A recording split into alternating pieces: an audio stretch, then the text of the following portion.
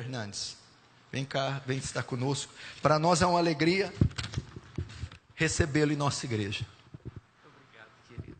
Muito obrigado. Obrigado, Paulo, pelo seu carinho. Irmãos, Deus abençoe vocês. É uma honra e um privilégio estar aqui. Eu tenho acompanhado o ministério do pastor Paulo, acompanhado o ministério dessa igreja, e me alegrado em Deus por ver e ouvir o que Deus está fazendo aqui. Eu quero partilhar com vocês hoje o texto da Escritura que está no livro de Jó. Abra comigo, por favor. Jó, capítulo 1, versos 6 a 12. Jó, capítulo 1, versos 6 a 12.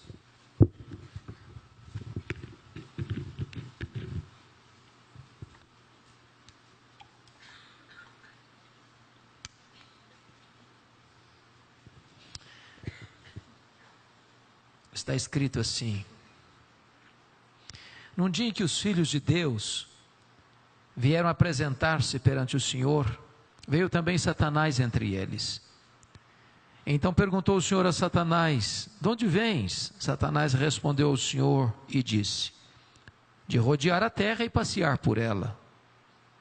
Perguntou ainda o Senhor a Satanás: observaste o meu servo Jó? Porque ninguém há na terra semelhante a ele, homem íntegro e reto, temente a Deus e que se desvia do mal. Então respondeu Satanás ao Senhor: porventura Jó debalde ou inutilmente teme a Deus? Acaso não o cercaste com sebe, a ele, a sua casa e a tudo quanto tem? A obra de suas mãos abençoaste, os seus bens se multiplicaram na terra. Estende, porém, a tua mão e toca-lhe em tudo quanto tem, e verás se não blasfema contra ti na tua face. Disse o Senhor a Satanás: eis que tudo quanto ele tem está em teu poder, somente contra ele não estendas a mão. E Satanás saiu da presença do Senhor. Agora capítulo 2.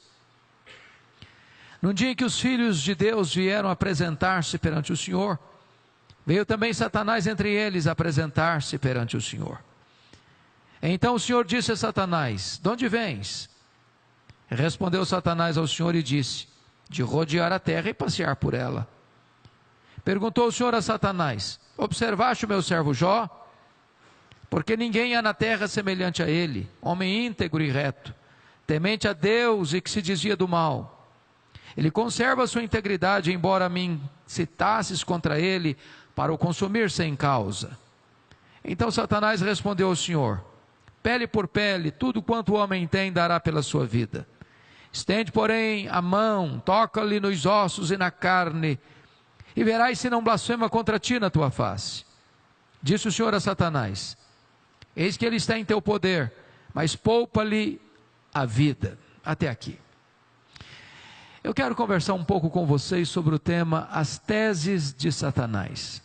As teses de Satanás. Esse texto registra este episódio da reunião de Deus com seus filhos. E eu acredito que aqui são os anjos. E creio que essa reunião aconteceu nas regiões celestes. E a Bíblia não nos dá muitos detalhes, mas nos informa que Satanás apareceu nessa reunião. E é curioso que quem provoca a conversa é o próprio Deus, perguntando para Satanás: de onde vens? E Satanás respondeu: de rodear a terra e passear por ela. Satanás é uma espécie de turista inveterado. Ele anda por aí, ele está de olho, está antenado, está vivo e ativo no planeta Terra, está procurando uma brecha, está procurando alguém para devorar. E é interessante que é Deus quem cutuca outra vez, perguntando assim: observaste o meu servo Jó? E Deus dá o currículo de Jó. Não tem ninguém na terra semelhante a ele. Em outras palavras, ele é o homem mais piedoso dessa geração. Homem íntegro. Íntegro é aquilo que você é com a porta do quarto trancada, sem ninguém observando. Homem reto. Reto é aquilo que você é em público e todo mundo está vendo. Homem temente a Deus, princípio da sabedoria. homem que se desvia do mal, ou seja, deliberadamente santo. Satanás poderia ter respondido assim: bom, esse eu não conheço ainda, eu ando meio ocupado, tenho outras prioridades, quem sabe um dia eu dê uma olhada nele. Mas não foi a resposta de Satanás. Satanás respondeu assim: ah, mas também puderas, tu tens abençoado a vida deste homem, tu tens cercado a casa, a família deste homem com a grande muralha de proteção, os bens deste homem prosperam na terra, tudo que este homem bota a mão vira dinheiro, desse jeito aí, qualquer um te adora. E Satanás insinua aqui duas coisas. Primeiro, Satanás insinua que Deus precisa subornar as pessoas com bênçãos para receber delas adoração. Satanás insinua que ninguém adora a Deus por quem Deus é, apenas por aquilo que Deus dá. Satanás insinua que as pessoas só se aproximam de Deus por causa das bênçãos de Deus e não por causa do caráter de Deus. Satanás insinua mais. Ele insinua que Jó só adora a Deus porque o vetor que move a vida de Jó é o lucro.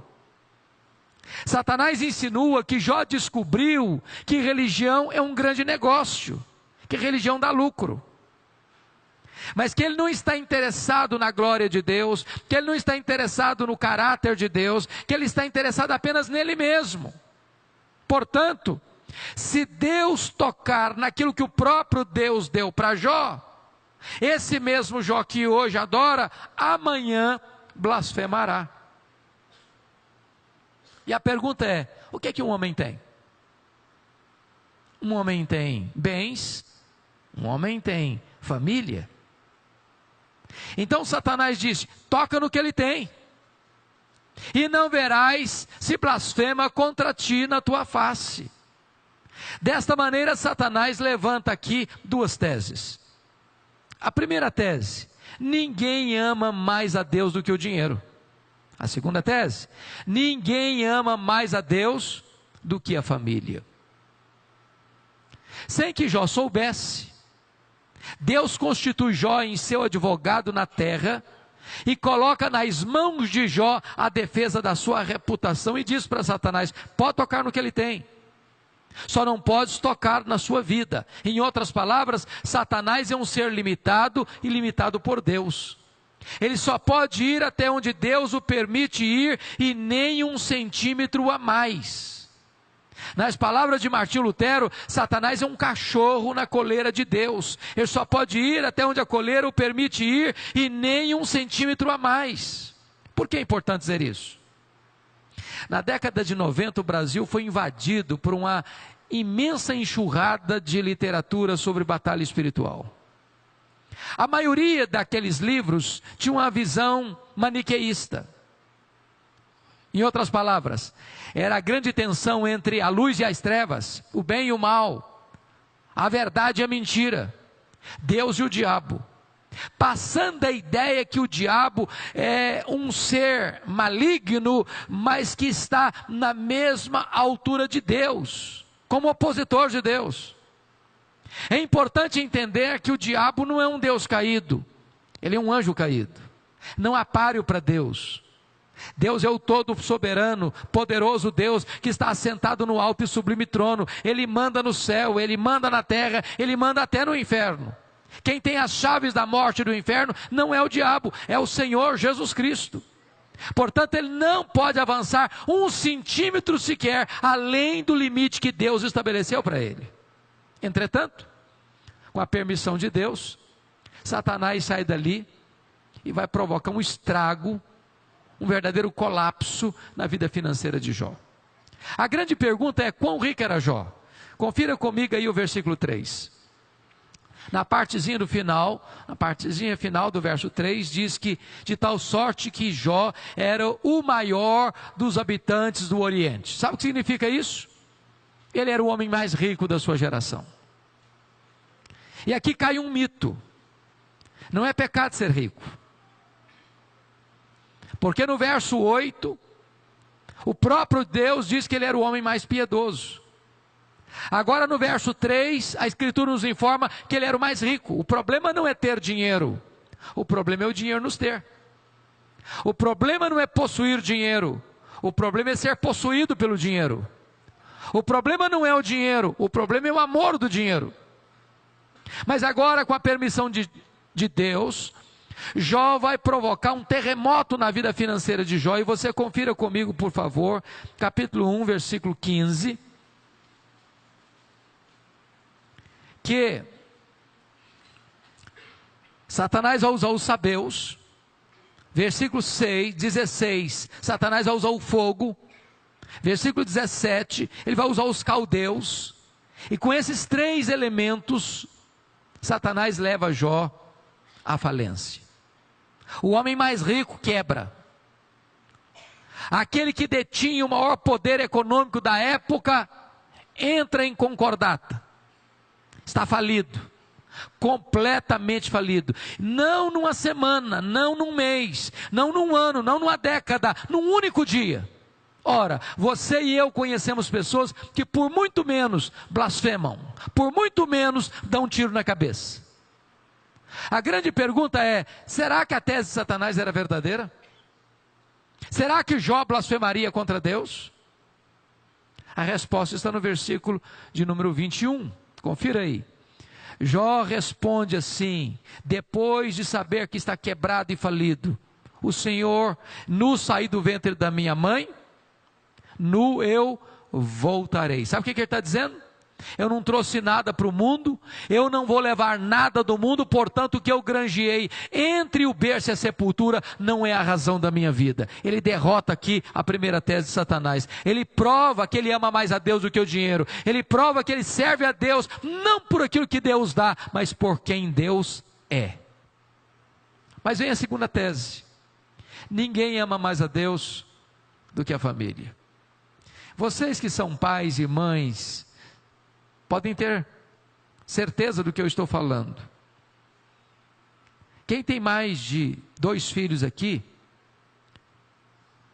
podem testificar isso. Os filhos não são naturalmente unidos. Não são. Sobretudo quando tem dinheiro. O dinheiro não tem liga, o dinheiro não tem amálgama. Quando você vira uma família grande e os irmãos sendo unidos, pode ter certeza, por trás tem um pai, tem uma mãe que ora, que aconselha, que acompanha, que exorta, que coloca esta causa diante de Deus. Se você notar comigo, capítulo 1, versículo 2, Jó tem 7 filhos e 3 filhas. Eles são adultos, eles são ricos, eles são independentes, mas eles são unidos. Eles festejam juntos, eles celebram juntos. E a causa disso está no versículo 5. Jó era um pai que orava pelos filhos. Jó era um pai que intercedia diariamente pelos filhos. Jó era um pai que se levantava de madrugada para colocar a causa de seus filhos na presença de Deus. Mas agora, com a permissão de Deus, Satanás toca nos filhos de Jó. E não foi uma semana depois da falência. Não foi um mês depois do colapso financeiro. Não foi um ano depois dessa tragédia econômica. Não foi uma década depois dessa bancarrota. Foi no mesmo dia do colapso financeiro que Jó recebe a mais amarga notícia: seus 10 filhos morreram num único acidente. Agora pense comigo como é que ele volta do cemitério. Pense comigo como é que ele se levanta do luto. Pense comigo como é que ele escreve dali para frente o seu futuro. Será que de fato a tese de Satanás era verdadeira? Será que ninguém ama mais a Deus do que a família? Será que Jó blasfemaria contra Deus? A resposta está no versículo 20, confira aí comigo. Quando ele recebe essa notícia, diz a Bíblia que ele rasga o seu manto, que ele raspa a cabeça, que ele coloca a terra na cabeça, que ele se prostra, que ele adora, e ele diz: o Senhor Deus deu, o Senhor Deus tomou, bendito seja o nome do Senhor. Ele derrota a segunda tese de Satanás. Ele prova que ama mais a Deus do que a família. Ele prova que ele serve a Deus, não por aquilo que Deus dá, mas por quem Deus é, não pela dádiva de Deus, mas por causa do caráter de Deus. Mas aí vem o capítulo 2. E somos informados que Deus se reúne de novo com seus filhos. E eu quero crer aqui os anjos. E eu quero crer que nas regiões celestes. E a Bíblia diz que aparece de novo por lá Satanás. E a Bíblia diz que é Deus quem provoca a conversa outra vez, perguntando assim para Satanás: de onde vens? Satanás respondeu: de rodear a terra e passear por ela. Em outras palavras, Satanás está dizendo assim: eu não mudei minha agenda. Eu estou fazendo o que eu sempre fiz. Eu estou por aí, eu estou de olho, eu estou antenado. Eu estou vivo e ativo no planeta Terra. Eu estou procurando uma brecha, eu estou procurando alguém para devorar. E Deus cutuca outra vez perguntando assim: observaste o meu servo Jó? E Deus dá o currículo de Jó sem alterar uma vírgula. Não tem ninguém na terra semelhante a ele, homem íntegro, reto, temente a Deus, que se desvia do mal.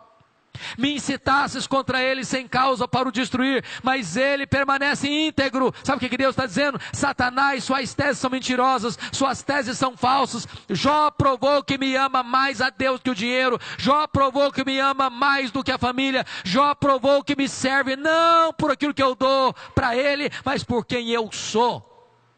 Então Satanás partiu para a terceira tese, quando disse: pele por pele, e tudo que o homem tem dará pela sua vida. Toca-lhe nos ossos, toca-lhe na carne, e verás se não blasfema contra ti na tua face.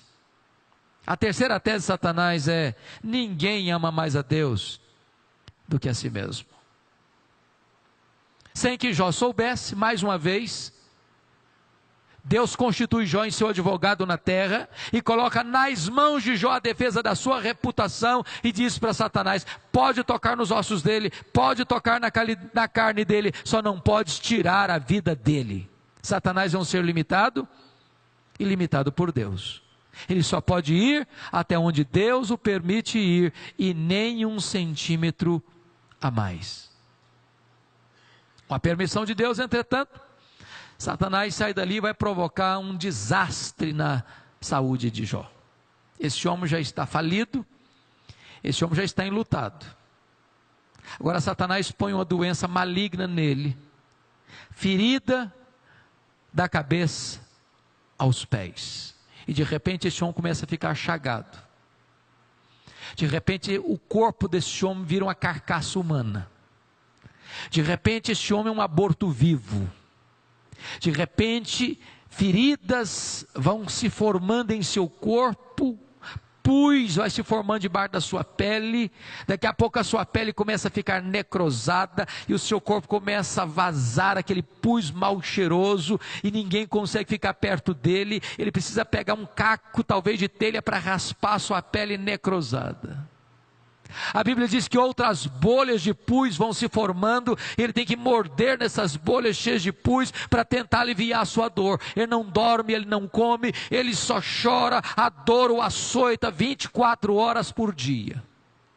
Diz a Bíblia que vai ficando magro, magérrimo, macérrimo, de couro furado pelas costelas em ponta.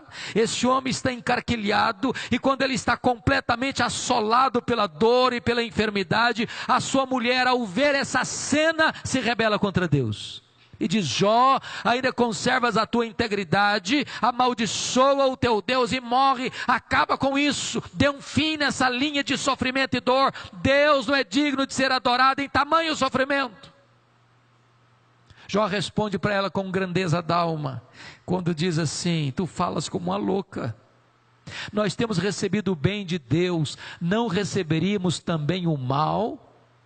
E no capítulo 2, versículo 10, está escrito que em tudo isso, Jó não pecou contra Deus com os seus lábios. Ele derrota aqui a terceira tese de Satanás. Ele prova que ele ama mais a Deus do que a si mesmo. Ele prova que ele serve a Deus não por aquilo que Deus dá, mas por quem Deus é. Mas aí vem o capítulo 2, versículo 11. Confira comigo. Diz a Bíblia que vieram os amigos. Elifaz, Bildade, Zofar. E eles combinaram ir juntamente condoer-se de Jó e consolá-lo. Versículo 12. Levantaram de longe os olhos, mas não reconheceram Jó. Eles ergueram a voz e choraram. Cada um rasgou o seu manto. lançou pó sobre a cabeça. Sentaram com Jó na terra 7 dias e 7 noites. E nenhum deles disse palavra alguma para Jó, pois viam que a dor de Jó era muito grande. E eu pergunto a vocês, esses homens eram amigos de Jó? Esses homens eram amigos de Jó? E a resposta categórica é esta: é claro. Claro que eram. Deixa eu lhe fazer uma pergunta. Você já recebeu alguma visita assim, nas horas mais amargas da sua vida? Você já fez alguma visita assim para alguém? 7 dias, 7 noites, calados, cobertos de lágrimas e de pó? Qual o problema desses homens? O problema desses homens é que num dado momento da vida, eles começaram a, entre aspas, fazer teologia. Eles começaram a lucubrar. Eles começaram a filosofar. Eles começaram a desenvolver uma lógica simples. Toda causa tem um efeito e todo efeito tem uma causa. E eles começaram a pensar assim: para Jó estar sofrendo como está sofrendo, ele deve ter feito alguma coisa errada. Mas eles não só pensaram, eles falaram. E não só falaram, falaram para Jó. E assacaram contra Jó os mais pesados libelos acusatórios. Chamaram Jó de ladrão. Chamaram Jó de adúltero. Falaram que Jó era louco. E por causa disso Deus havia matado os seus filhos. Falaram para Jó que ele tinha se enriquecido porque tinha roubado os órfãos e as viúvas. E eles foram massacrando Jó. E eles foram cravejando Jó com as suas setas mais venenosas, das suas críticas mais injustas e cruéis. Eles foram passando Jó debaixo de um rolo compressor. O que Jó fez? O que você e eu faríamos? Jó começa a se defender. E eu começo a perguntar: por que, meu Deus? Por quê? Ele levanta os céus 16 vezes, a mesma pergunta: por quê, por quê, por quê, por quê? Por que eu estou sofrendo? Por que a minha dor não cessa? Por que eu perdi os meus filhos? Por que eu não morri no ventre da minha mãe? Por que eu não morri ao nascer? Por que os seios da minha mãe não estavam murchos de leite para eu morrer de fome? Por que o Senhor não me mata de uma vez? Ele levantou aos céus 34 queixas contra Deus. Sabe qual foi a resposta de Deus para ele? O silêncio total. Nenhuma palavra, nenhuma explicação, nenhuma luz no fim do túnel, nenhum sinal do seu favor. E eu posso garantir para vocês nessa noite que o silêncio de Deus nos machuca mais do que as circunstâncias. Eu posso garantir para vocês que pior do que sofrer é sofrer sem explicação. Eu posso garantir para vocês que o silêncio de Deus grita mais alto nos nossos ouvidos do que o ruído mais barulhento das circunstâncias mais adversas. Se vocês perceberem, Jó está sendo encurralado, emparedado, entrincheirado por problemas gravíssimos. Aliás, as 5 áreas mais importantes da sua vida estão sendo atingidas. Primeiro, a vida financeira. O homem mais rico vai à falência. Segundo, a saúde. Esse homem virou uma carcaça humana, uma chaga aberta. Terceiro, o casamento. Na hora que ele mais precisava do apoio da sua mulher, ela recomenda a ele para morrer, para blasfemar contra Deus. Quarto, os filhos. Irmãos, não é natural pai e mãe enterrar filhos, não é natural. Não é natural os filhos furarem a fila, não é natural. Quinto, as amizades. Aqueles que deveriam ser o azeite, o óleo terapêutico do consolo, são o vinagre das acusações mais levianas. Aqueles que deveriam consolar, tornam-se consoladores molestos. Se vocês perceberem, Jó está no fundo de um poço, ele não tem mais nada para perder. Ele está arruinado fisicamente, ele está arruinado economicamente, ele está arruinado familiarmente, ele está arruinado pessoalmente. Esse homem é uma carcaça humana no fundo de um poço, sem mais nada a perder. Mas quando você está no fundo de um poço, só tem uma direção para olhar, é para cima, é para o alto, é para Deus. E nesse momento, Jó solta um brado do seu peito, um grito de esperança, quando ele diz: mas uma coisa eu sei, é que o meu Redentor vive, e por fim se levantará, e eu verei o meu Redentor, revestido esse meu corpo de pele, eu verei o meu Redentor. Depois desta gloriosa experiência, de repente, Deus começa a falar, Deus rompe o silêncio, Deus abre as comportas dos céus e vai despejando em catadupas, torrentes caudalosas do seu conhecimento e da sua glória sobre Jó. Mas é curioso que quando Deus resolve falar, Deus não responde nenhuma das 16 perguntas de Jó. Deus não responde nenhuma das 34 queixas de Jó. Quando Deus resolve falar, Deus faz 70 perguntas para Jó. Todas retóricas, sem qualquer possibilidade de resposta. Deus pergunta para Jó assim: ô Jó, onde você estava quando eu lançava os fundamentos da terra? Ô Jó, onde você estava quando eu espalhava as estrelas no firmamento? Ô Jó, onde você estava quando eu cercava as águas do mar para que elas não invadissem a terra? Ô Jó, me explica aí onde fica o reservatório do vento. Me explica, Jó, como é que eu formo a geada. E Deus então abre as cortinas dos céus e se revela a Jó na sua grandeza, na sua majestade, no seu poder, na sua soberania tão gloriosa e tão grande. E Jó vai ficando como que esmagado debaixo dessa tremenda, insólita revelação de Deus. E quando ele compreende a grandeza, a majestade de Deus, Jó vai se encolhendo, Jó vai se encolhendo, Jó vai se encolhendo, para descobrir as 5 verdades mais revolucionárias da sua vida, verdades que mudaram a sua história. E a minha expectativa nesta noite é que essas mesmas verdades produzam impacto no seu coração. Que verdades são essas? Vá comigo, por gentileza, para o capítulo 42 de Jó, para olharmos essas 5 verdades. Jó 42.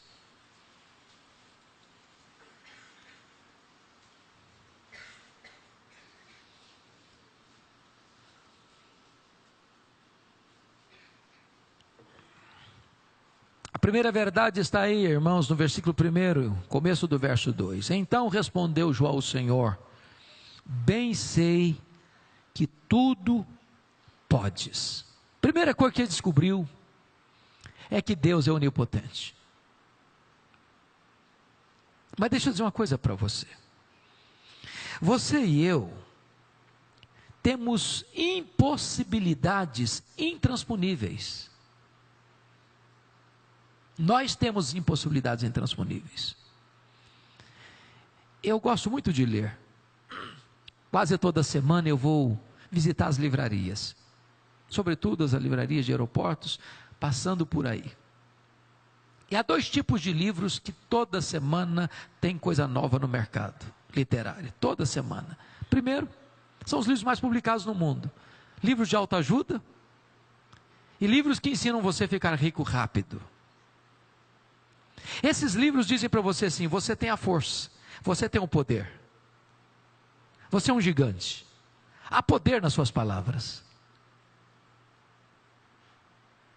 Só que, quando eu olho para a Bíblia, sabe o que a Bíblia diz? Exatamente o contrário. A Bíblia diz que você e eu somos fracos, mas muito fracos. A Bíblia chega a dizer que Deus conhece a nossa estrutura e sabe que nós somos pó. Por exemplo, nós temos fraquezas físicas. Irmãos, querendo ou não, gostando ou não, o tempo vai esculpindo algumas rugas no nosso rosto indisfarçáveis. De vez em quando um cosmético ajuda. Daqui a pouco uma boa cirurgia plástica dá uma boa melhorada. Mas chega um momento que nem Pitangui e sua equipe dão mais jeito. A pele fica enrugada, os músculos ficam flácidos, já pensou? Os olhos ficam embaçados, os joelhos trôpegos, as mãos descaídas. E diz os entendidos que cada fio de cabelo branco que brota na sua cabeça é a morte chamando você para um duelo. E eu acho até um exército acampado ao meu redor. Tem as fraquezas físicas. Irmãos, nós temos fraquezas emocionais. Quantas vezes você e eu já nos desesperamos da própria vida? Quantas madrugadas sombrias, as lágrimas correndo no nosso rosto, o coração apertado, a alma gemendo, e nós dizendo, meu Deus, eu não aguento mais. Irmãos, nós temos fraquezas morais. Quantas vezes você e eu já prometemos para Deus com lágrimas nos olhos, meu Deus, eu nunca mais quero incorrer nesse erro, eu nunca mais quero tropeçar nesse mesmo pecado, eu nunca mais quero cometer essa transgressão, e você ora, e você chora, e você promete, e daqui a pouco você repete o mesmo erro, cai no mesmo pecado. Sabe por quê? Não é porque faltou para você sinceridade, não, faltou para você poder. Nós temos fraquezas morais, nós temos fraquezas espirituais. Irmãos, nós somos um ser ambíguo, contraditório, paradoxal. Há uma esquizofrenia enfiada dentro de nós. O bem que nós queremos fazer, nós não fazemos. O mal que não queremos, esse praticamos. Nós somos fracos. Mas é glorioso você dizer, mas o meu Deus tudo pode. Para Ele não é impossíveis. Para Ele não tem causa perdida, para Ele não tem vida irrecuperável, para Ele não tem doença incurável, para Ele não tem casamento sem solução, para Ele nada pode desafiar o seu poder, Ele tudo pode. Portanto, irmãos, a coisa mais importante para você e para mim nesta noite é perguntar assim, mas quem é o nosso Deus? Quão grande é o nosso Deus? Quão poderoso é o nosso Deus? Quão majestoso é o Deus que nós estamos adorando? A W. Tozer, um dos mais importantes escritores do século passado, ele diz que o maior problema da igreja é que ela passa a maior parte do tempo tomando o seu próprio pulso e olhando para o seu próprio umbigo. Nós estamos vivendo a geração, irmãos, que deslocou o eixo do evangelho, do teocentrismo, do cristocentrismo, para o antropocentrismo. Parece que a pregação hoje não é mais que a vontade de Deus deva ser feita na terra, mas a vontade do homem tem que prevalecer no céu. A maioria da pregação hoje não é mais que nós estamos a serviço de Deus, é Deus que está a serviço do homem. Mas este não é o evangelho. Esse Deus é pequeno demais, é doméstico demais, é manipulado demais. O Deus a quem servimos está assentado num alto e sublime trono e tem as rédeas do universo em suas poderosas mãos. Ele tudo pode. Quando o profeta Isaías estava escrevendo sobre a majestade de Deus, que temos na nossa Bíblia no capítulo 40, ele diz assim, o meu Deus é aquele que mede as águas na concha da sua mão. Pense no Pacífico, no Atlântico, no Índico, no Mediterrâneo, nos mares, nos rios, nas fontes. Ele mede as águas na concha da sua mão. Vá ao Atlântico um dia, tente esvaziá-lo com um baldinho, veja quanto tempo você vai levar. Ele diz, o meu Deus é aquele que pesa o pó das montanhas em balança de precisão, como se estivesse medindo partículas de ouro. Ele diz, o meu Deus é aquele que mede os céus a palmos. Ele diz, o meu Deus é aquele que espalha as estrelas do firmamento, e por ser forte em força e grande em poder, quando as chama, nenhuma delas vem a faltar. Ele diz, o meu Deus é aquele que olha para as nações da terra e as considera como um pingo que cai de um balde, como um pó numa balança de precisão, como um vácuo, como nada, como menos do que nada. Este é o seu Deus. Agora, pergunte para um astrônomo, qual é o tamanho desse universo que Deus mediu a palmos? Pergunte. Sabe qual é a resposta dele? Eu não sei. Eu não sei. Mas você sabe. Você sabe que o universo não é infinito. Porque a infinitude é um atributo exclusivo de Deus. Mas os astrônomos afirmam que o nosso universo tem mais de 93 bilhões de anos-luz de diâmetro. O que significa isso? Significa que se você conseguisse voar à velocidade da luz, 300 mil quilômetros por segundo, nessa velocidade, você demoraria mais de 93 bilhões de anos para ir de uma extremidade à outra do universo. Deus é maior do que o universo. Deus criou o universo. Ele tudo pode. Pergunte para um astrônomo quantas estrelas existem. Sabe qual é a resposta dele? Eu não sei. Mas eles estão convencidos e afirmam que há mais estrelas no universo que todos os grãos de areia de todas as praias e desertos do nosso planeta. Vá um dia à praia, encha a concha da sua mão de areia, leve para casa, bote numa tábua de vidro e conte quantos grãos de areia você consegue botar na concha da sua mão. Pois há mais estrelas no firmamento que todos os grãos de areia de todas as praias e desertos do nosso planeta. Mas Deus não apenas criou todas elas, diz a Bíblia que Deus conhece cada uma delas pelo nome, e por ser forte em força e grande em poder, quando as chama, nenhuma delas vem a faltar. Este é o seu Deus, Ele tudo pode. Mas não é apenas o macro-universo que nos impressiona, não, o micro também. O micro também. Eu não vou tirar porque não é bem o que você espera. Mas se você for na sua casa e pegar uma folha tão pequena ou tão delgada quanto essa, uma folha pequena como essa é mais complexa do que a cidade franca. Chegue em casa hoje, abra sua geladeira, pegue um ovo, quebre-o, bote-o numa frigideira. Aquela gema de ovo é mais complexa do que qualquer máquina que o homem jamais inventou. Dr. John Wilson, uma das maiores autoridades em oftalmologia no mundo, diz que você e eu temos em torno de 2 milhões de fios duplos encapados em cada um dos nossos olhos, e se não for assim, haveria um curto-circuito e nós ficaríamos cegos.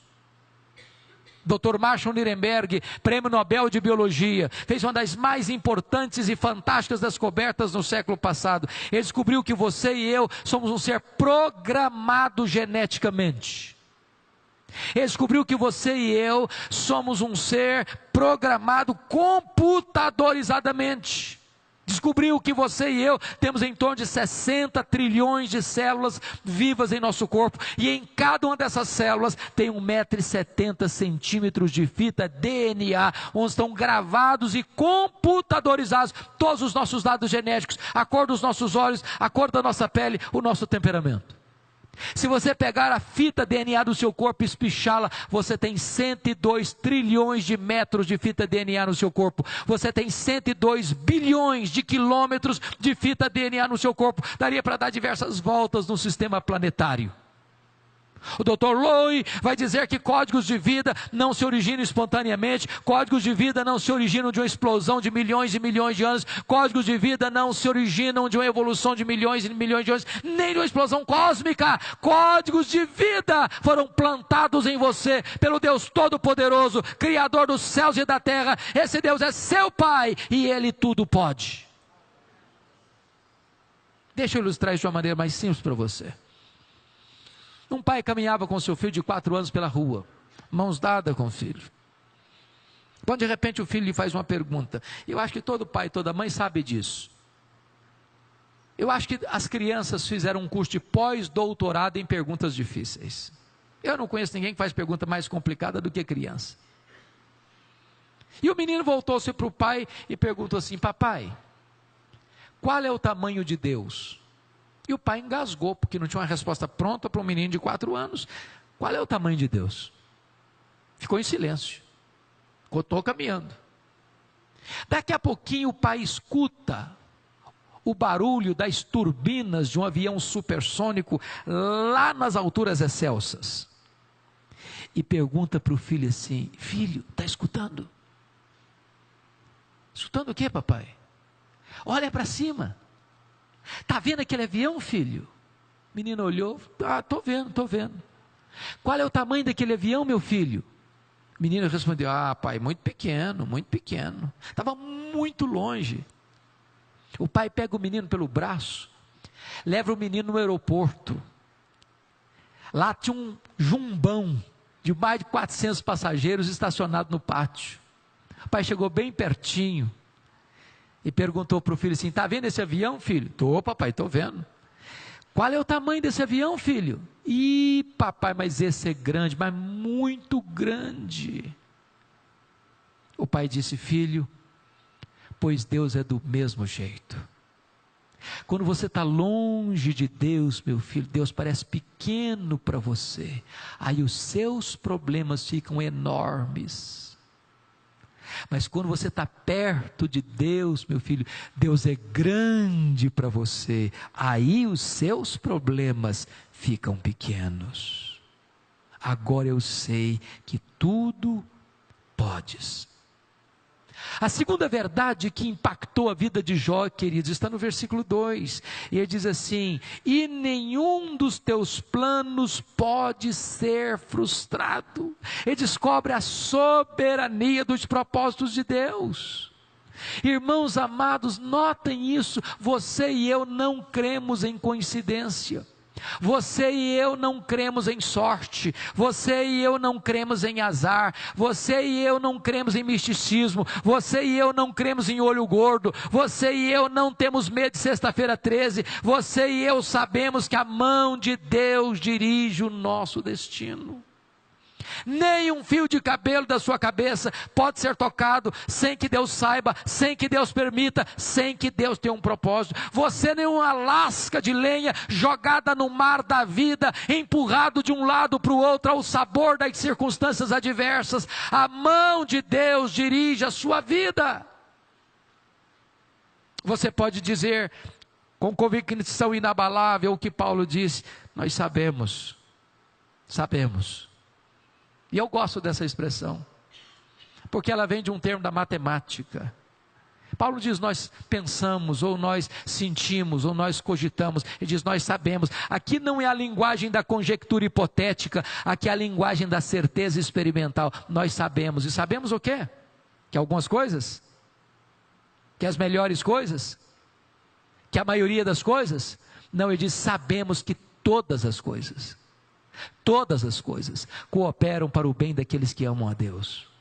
Até mesmo aquela circunstância mais carrancuda, até mesmo aquela situação mais adversa, até mesmo aquela tempestade mais assoladora, Deus tem um plano, Deus tem um propósito, Deus tira disso uma lição preciosa para você, a ponto de que tudo ao final vai contribuir para o seu bem.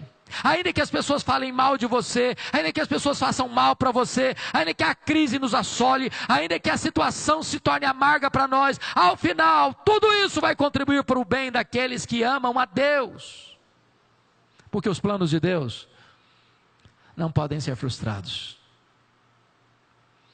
A terceira verdade que mudou a história de Jó, meus amados, está aí no versículo 3, confira comigo, na parte B do versículo. Ele diz assim: na verdade, eu falei do que eu não entendia, coisas maravilhosas demais para mim, coisas que eu não conhecia. Para você entender o que Jó está falando aqui, você precisa dar uma lida no livro de Jó.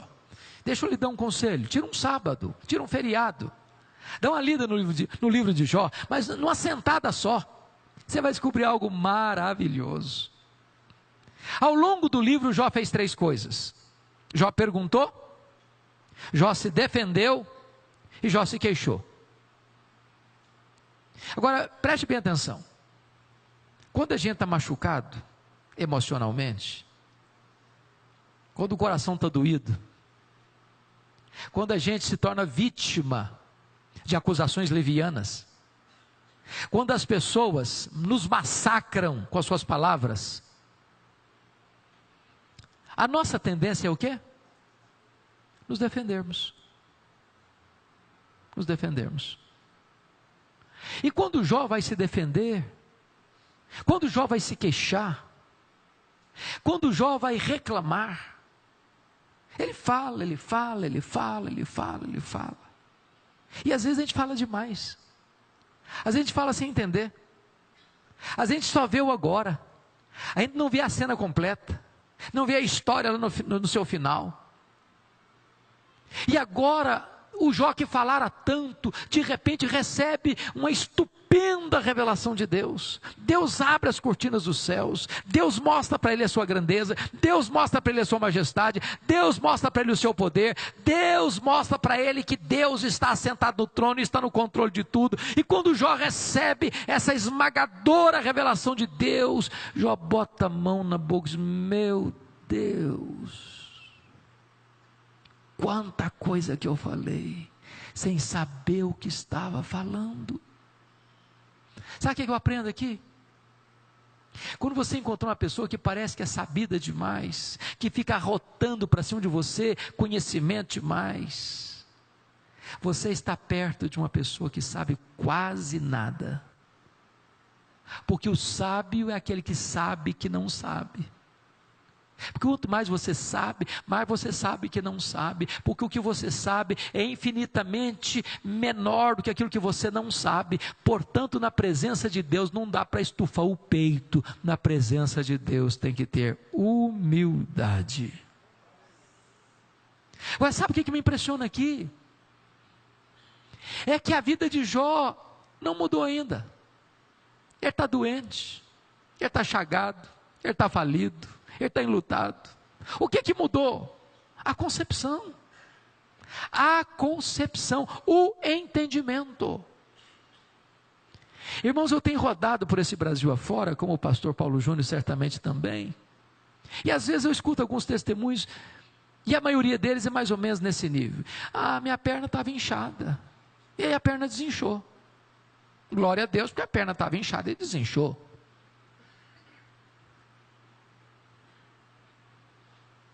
Mas quando é que nós vamos ouvir um testemunho assim? Meus irmãos, eu quero dizer para vocês que eu estou passando uma grande crise na minha vida. Estou passando um momento difícil na minha vida financeira. Eu estou lidando com luto na minha casa. A enfermidade bateu a porta da minha família. E eu estou com um diagnóstico tão difícil. A medicina não tem resposta para mim. Mas eu quero dizer para vocês uma coisa. Eu creio que meu Deus está no controle. Eu creio que meu Deus tudo pode. Eu creio que nem um fio de cabelo da minha cabeça pode ser tocado sem que Deus saiba, sem que Deus permita, sem que Deus tenha um propósito. É o entendimento, amados irmãos, que nós não somos governados por aquilo que nós sentimos, pelas circunstâncias que nos rodeiam. Nós somos governados pela fé, e a fé é a certeza que o seu Deus está no controle, não só do universo, mas também da sua vida.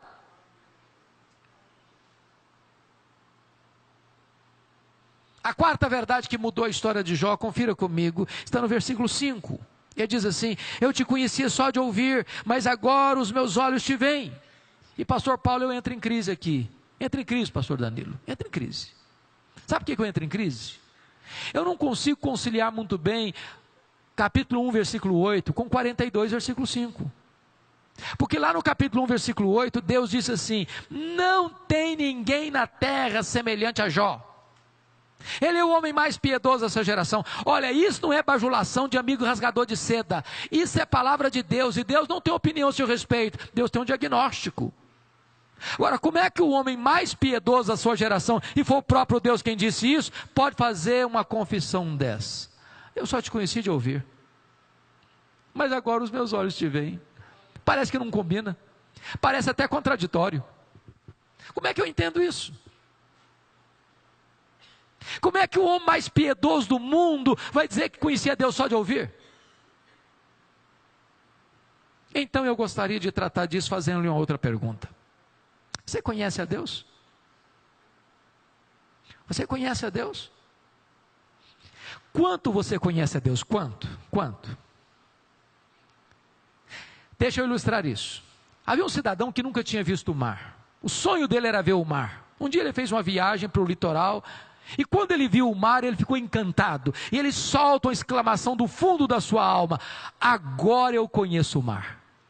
Aí se aproxima dele um marujo, com a pele tostada de sol e sal, por viver nas procelas do mar. E disse para ele: pois eu também conheço o mar. Qual a diferença entre eles? Você conhece a Deus? Quanto você conhece a Deus? Por exemplo, João 17,3 diz que a vida eterna é esta: conhecer a Deus e a Jesus Cristo a quem enviaste. A própria essência da vida eterna é conhecer a Deus, a própria essência da salvação é conhecer a Deus, a própria essência do céu é conhecer a Deus. Sabe o que você vai estar fazendo no céu depois que você tiver 1000 anos lá na glória? Você vai estar conhecendo a Deus. Sabe o que você vai estar fazendo no céu quando você tiver 1 milhão de anos lá na glória? Você vai estar conhecendo a Deus. Sabe o que você vai estar fazendo depois que você tiver 1 bilhão de anos lá na glória? Você vai estar conhecendo a Deus. Nem toda a eternidade será suficiente para você esgotar o conhecimento de Deus, porque Deus é inesgotável em seu ser. Às vezes a gente pensa que o céu vai ser um negócio monótono, um negócio meio chato. Há poucos dias um adolescente chegou para mim e disse: pastor, eu não quero ir para o céu não. Eu falei: você está ficando maluca, menina? Não, quero ir não, pastor, quero ir não. Eu falei: mas então me explica esse negócio aí, eu não estou te entendendo não. Ela me disse: ah, pastor, a ideia de céu que eu tenho é que eu vou estar sentado numa nuvem branca, com a harpa na mão, cantando, cantando, cantando, cantando. Ah, não aguento essa vida inteira não, eu quero coisa nova para a minha vida. Deixa eu dizer uma coisa para você: o céu é dinâmico.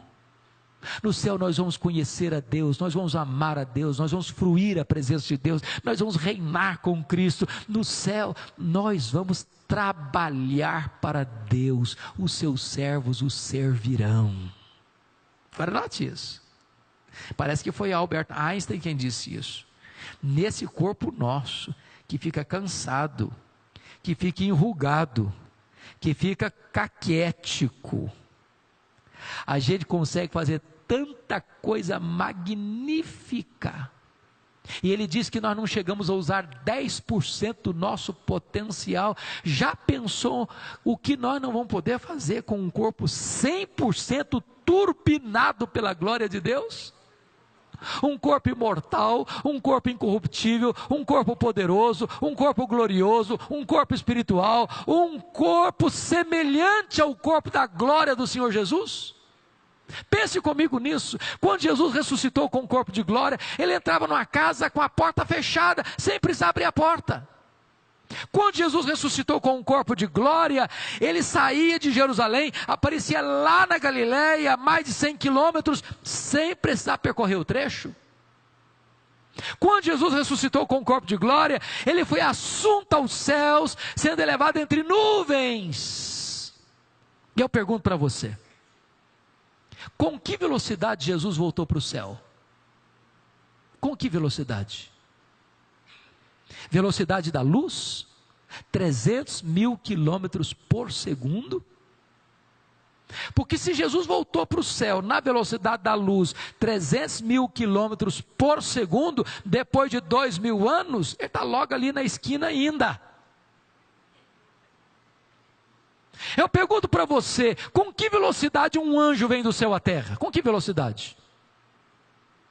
Quando Jesus lá no Getsêmani disse para Pedro, que pegou a espada para cortar a orelha do Malco, diz: Pedro, guarda essa espada aí, se eu precisasse de ajuda, eu rogaria ao Pai e ele me mandaria mais de 12 legiões de anjos. Quantos são 12 legiões de anjos? 72 mil anjos. Com que velocidade eles viriam? No estalar de dedos? O que significa isso? Significa que os anjos não estão sujeitos às mesmas leis que nos governam, de tempo, de tamanho, de espaço. Nós vamos ser como os anjos, não no sentido de que não teremos um corpo, teremos um corpo de glória, no sentido de que nós viveremos uma nova dimensão, reinando com Cristo, trabalhando para Cristo, habitando e desfrutando da glória de Cristo nos novos céus e na nova terra. E jamais haverá um dia em toda a eternidade que você e eu vamos poder dizer: agora eu já conheço tudo de Deus, não tem mais nada para conhecer, porque nem toda a eternidade será suficiente para você esgotar o conhecimento de Deus. Agora eu entendo Jó. Agora eu entendo Jó. Ah, Senhor, eu te conheci só de ouvir. Senhor, eu só estou arranhando a superfície. Senhor, tem mais, tem muito mais, tem infinitamente mais. Agora eu entendo o que nós cantamos na nossa sinódia cristã: nem metade da glória celeste jamais se contou ao mortal. A última verdade que mudou a vida de Jó, irmãos, está aí no versículo 6, confira comigo por favor. Ele diz assim: por isso me abomino e me arrependo no pó e na cinza. Reconhece a enormidade do seu pecado, e eu entro em crise de novo. Sabe por que eu entro em crise de novo? Essa confissão não combina com o homem mais piedoso da terra. Essa confissão fica bem na boca de um assassino, de um ladrão, de um adúltero, de um corrupto. Mas na boca do homem que o próprio Deus diz que ele é o cara mais piedoso da sua geração, como é que eu entendo isso? Como é que esse homem mais piedoso pode falar isso? Eu me abomino no pó e na cinza. Eu me arrependo e me abomino no pó e na cinza. A única maneira de entender isso, irmãos, é da seguinte forma: as pessoas que mais choram e lamentam pelos seus pecados não são as pessoas que mais pecam. As pessoas que mais lamentam e choram pelos seus pecados são as pessoas que mais perto de Deus andam. Pode ter certeza disso.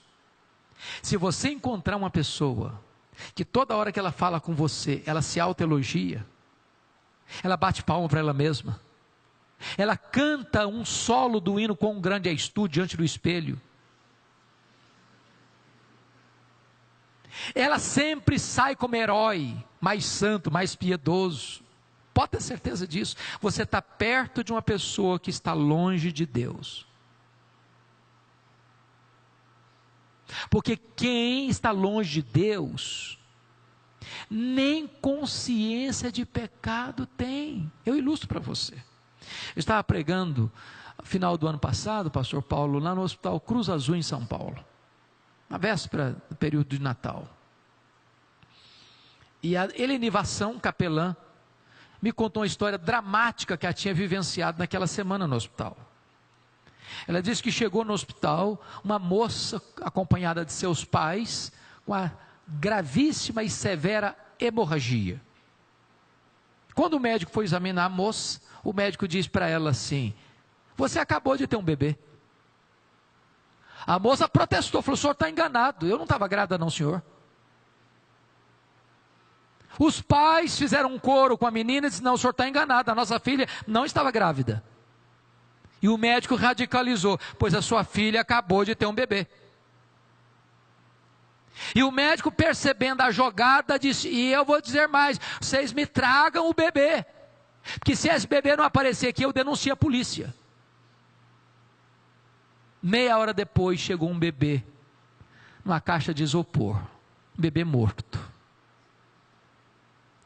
E a Eleni me disse uma coisa chocante, disse: pastor, nenhum sinal de culpa na moça, nenhum sinal de culpa nos pais da moça, porque quem está longe de Deus, irmãos, nem sentimento de culpa tem, não tem consciência de pecado. Há poucos dias em São Paulo, um cidadão pistoleiro de aluguel recebeu R$3.000 para matar uma pessoa. Ele não conhecia a pessoa, essa pessoa nunca tinha falado mal dele, nunca tinha feito mal para ele. Ele recebeu R$3.000, foi lá, deu 5 tiros na pessoa, matou a pessoa, foi para casa, tomou um banho, jantou, dormiu, como se nada tivesse acontecido. Porque quando a pessoa está longe de Deus, mergulhada nas trevas do pecado, nem consciência de pecado ela tem.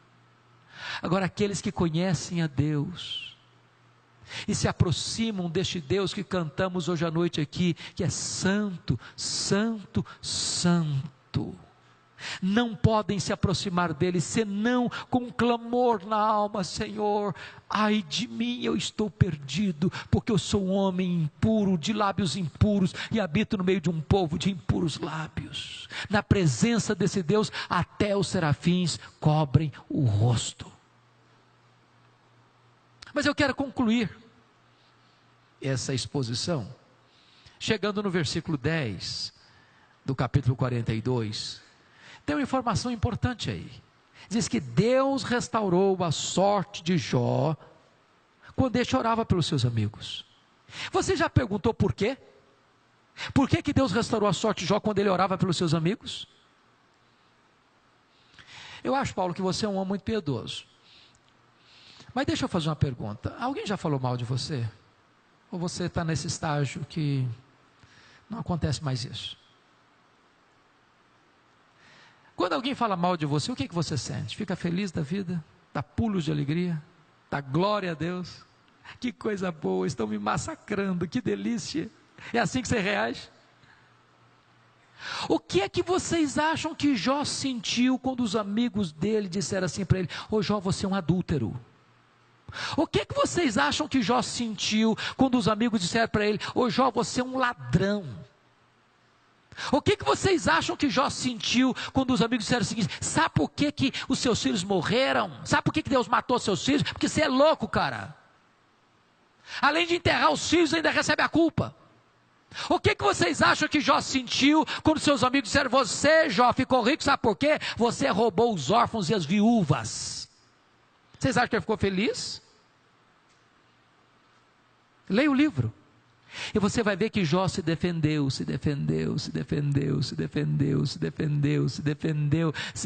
E quem se defende, sabe o que tem às vezes no coração?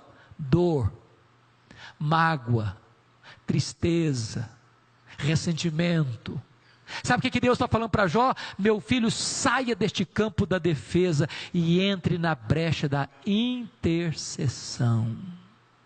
Porque quando você se defende, você tem mágoa, mas quando você começa a orar pelas pessoas que machucaram você, Deus cura você e Deus liberta as pessoas pelas quais você está orando. Se vocês estão percebendo, Satanás tentou destruir as 5 principais áreas da vida de Jó: a vida financeira, a saúde, o casamento, os filhos, os amigos. Pois exatamente essas 5 áreas Deus vai restaurar. Primeira área que Deus restaurou, confira o versículo 16 comigo, foi a saúde dele. Jó viveu mais 140 anos. Viu os filhos dos filhos até a 3ª e 4ª geração. E eu quero crer que não ficou nem sequela, nem cicatriz. Eu quero dizer para você que Deus está aqui nesta noite. Ele é o Deus que cura.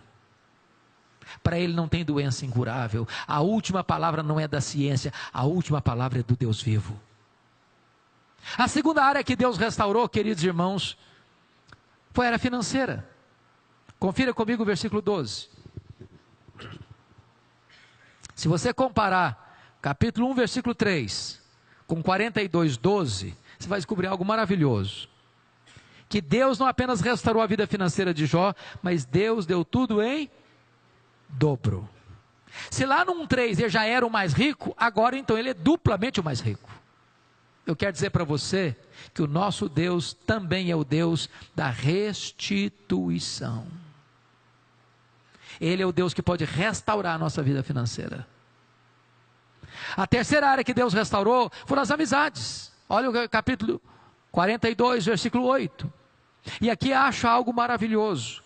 Porque agora Deus diz para os amigos de Jó, que acusaram Jó: pois agora vocês vão ter que ir lá em Jó, o homem que vocês acusaram, para que aquele homem ore por vocês. Porque aquele homem que vocês acusaram é mais justo que vocês. Eu vou escutar a oração dele em favor de vocês. Sabe o que Deus está fazendo aqui? Honrando Jó. Honrando Jó. Honrando Jó. Eu vou dizer uma frase aqui hoje. Se vocês esquecerem tudo que eu falar e lembrarem dessa frase, já me dou por satisfeito. E a frase é esta: cuida da tua piedade e Deus cuidará da tua reputação. Cuida da tua piedade e Deus cuidará da tua reputação. Você não precisa se defender, você precisa orar. Porque quando você ora, Deus defende a sua reputação. Quando você anda com Deus, as pessoas que criticaram você vão ter que voltar a você e vão ter que mudar de opinião a seu respeito. Deus restaurou Jó, Deus restaurou os amigos de Jó. A quarta área que Deus restaurou foi o casamento. E aqui eu queria que você só pensasse comigo um pouquinho na mente e na cabeça de um brasileiro, dentro da nossa cultura contemporânea. O que vocês acham que Jó faria? Quando ele estava numa magrela, no fundo do poço, sem dinheiro, sem saúde, desprovido de tudo, a mulher dele olhou para ele e disse: o homem morre, mas morre logo, já está incomodando, está cheirando mal, morre, homem. Agora pense comigo, agora o Jó está curado, cheio da grana, no topo da pirâmide.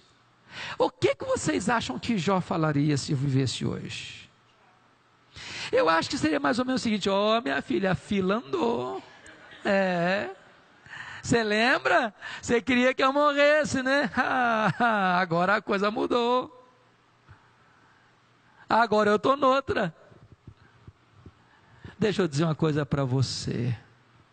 O nosso Deus não faz as coisas pela metade. Deus restaura e restaura por completo. Deus cura feridas. Deus pega os cacos e faz um vaso novo. Deus restaura plenamente. Há poucos dias, uma mulher se aproximou de mim e disse assim: pastor, eu estou me divorciando.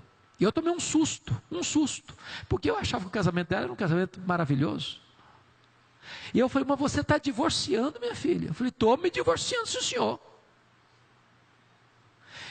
E eu pergunto: mas por que, minha filha, você está divorciando? E a mulher me fuzilou com os olhos. Diz: pastor, o negócio é o seguinte: secou. Está claro para o senhor? Secou. Está claro, ou precisa botar a legenda? Secou, entendeu? Eu olhei para ela e falei: secou, filha? Pastor, secou, sim, senhor. Falei: uai, minha filha, então tem esperança, ué. Então tem esperança. Já não leu na Bíblia lá que a vara seca de Arão floresceu? Pois Deus faz o que está seco florescer, minha filha. Tem esperança. Meu pastor, o senhor ficou doido. O senhor perdeu o juízo. Eu estou falando para o senhor que morreu, está claro agora, morreu. E eu olhei para ela e falei: morreu, filha? Ela olhou com aquela cara de incredulidade para mim. Falei: sim, senhor, morreu. Falei: então, minha filha, então tem esperança. Você não leu na Bíblia lá que Jesus ressuscita os mortos? Jesus ressuscita esse sentimento do seu coração aí, ué. Falei: pastor, o senhor perdeu completamente o senso de avaliação das coisas. Eu estou falando para o senhor que acabou, está claro agora? Falei: acabou, filha? Uai, mas então tem esperança. Você não leu na Bíblia lá que Deus chama a existência as coisas que não existem? Deus chama o que não tem aí, uai. Deus para fazer esse milagre. Falei: olha, vamos fazer o seguinte: você não vai divorciar essa semana não. Nós vamos orar. Daqui uma semana você volta aqui. Passada uma semana ela voltou. E me disse assim: pastor, acabou. Acabou a vontade de divorciar. Eu estou animada. Deus está tratando meu coração. Eu quero continuar com o meu casamento. Deixa eu dizer uma coisa para você, querido. Deus é o Deus que restaura relacionamentos quebrados. Deus restitui aquilo que foi perdido. Mas a última área que Deus restaurou foram os filhos. Os filhos. Confira capítulo 1, versículo 2. Quantos filhos tinha Jó mesmo? 7 filhos e 3 filhas. Agora olha comigo, 42, 13. Quantos filhos Jó vai ter agora? 7 filhos e 3 filhas. Quantos filhos ao todo ele tinha antes? 10. Mas se era tudo em dobro, quanto ele devia ter agora? 20. Mas quanto ele tem? 10. Bom, mas então não foi tudo em dobro. Então não foi tudo em dobro. Como é que eu entendo isso? É simples. Quando uma ovelha morre lá no pasto, você perdeu uma ovelha. Mas quando um filho morre, você não perdeu um filho. Como aquele pai que voltava do cemitério depois de sepultar o seu filho. E um amigo se aproxima dele e diz: meus sentimentos, eu soube que o senhor perdeu seu filho. E o pai, mesmo com lágrimas nos olhos, diz: não, eu não perdi o meu filho. Você perde alguém quando você não sabe onde ele está. Eu sei onde está meu filho, eu sei com quem está meu filho. Meu filho está no céu, meu filho está com Jesus. Eu não perdi o meu filho. João agora tem 10 filhos na terra, João agora tem 10 filhos no céu. Deus restaurou e restaurou completamente. Sabe qual era a intenção de Satanás? Colocar Jó longe de Deus. Sabe o que Satanás conseguiu? Colocar Jó mais perto de Deus. Sabem por quê?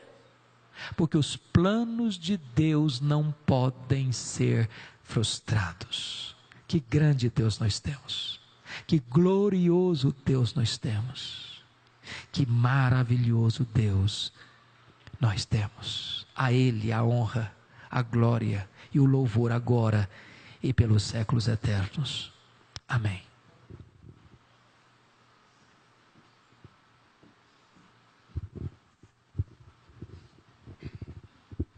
Vamos fechar os olhos, curvar nossa fronte.